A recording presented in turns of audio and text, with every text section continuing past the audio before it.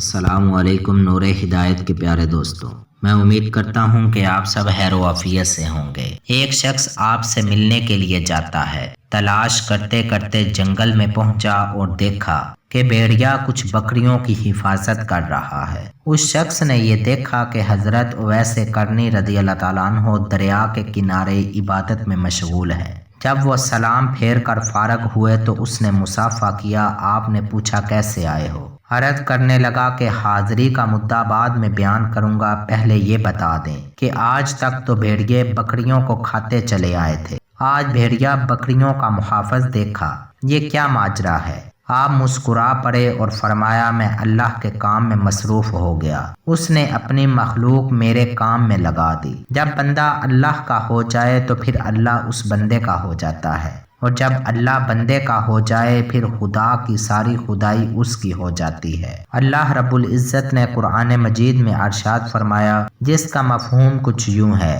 تم میرا ذکر کرو میں تمہارا ذکر کروں گا، اور میرا شکر ادا کرو ناشکری نہ کرو۔